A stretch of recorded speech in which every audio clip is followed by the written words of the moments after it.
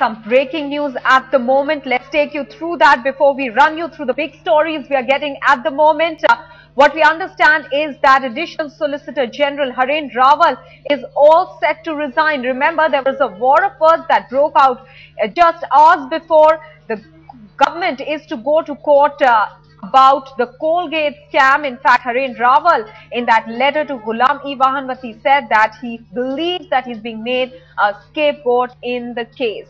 And now we hear that in the next couple of hours, Harin Raval will be tendering in his resignation. That's because his position now becomes untenable as a top legal officer of the government, after he has very openly and categorically stated that he believes he's being made a scapegoat in the case. In that letter of his, he's also pointed out the areas and the times when he believes that there has been interference on part of the government with relation to investigations of the CBI. Remember, it's a very embarrassing situation for the government because the court has already asked the CBI to submit an affidavit and tell them exactly whether the government or any of its officials had seen the report or vetted the report on the Colgate issue. In fact, Harin Raval was, remember, the one who had submitted that draft report to the Supreme Court in a sealed envelope, saying that nobody from the government had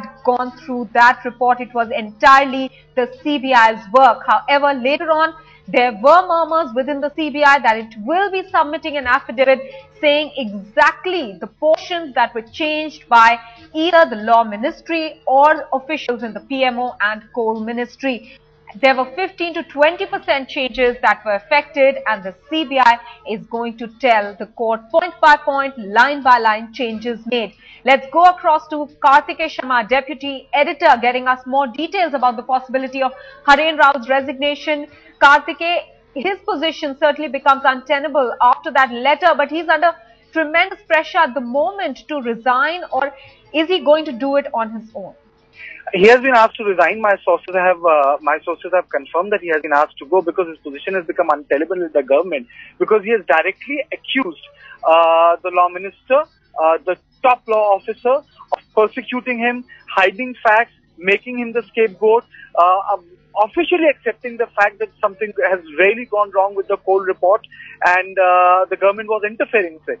So I think this is a natural consequence of this letter, which the Additional Solicitor General wrote. But the legal and the political consequence of it on the day, when the government is trying to pass the finance bill at 12, is something which the UPA will have to brace up for. You see, it was a temporary truce, and that temporary truce was that we passed the bill but not the legislation. But in case BJP decides to change the goalpost, or any other political party decides to change the goalpost, then what will happen? But then I can only say that since the salary of the union employees depend on the guillotine, I don't think they will take a risk on this. But then it makes it very difficult for this government to legislatively or politically survive.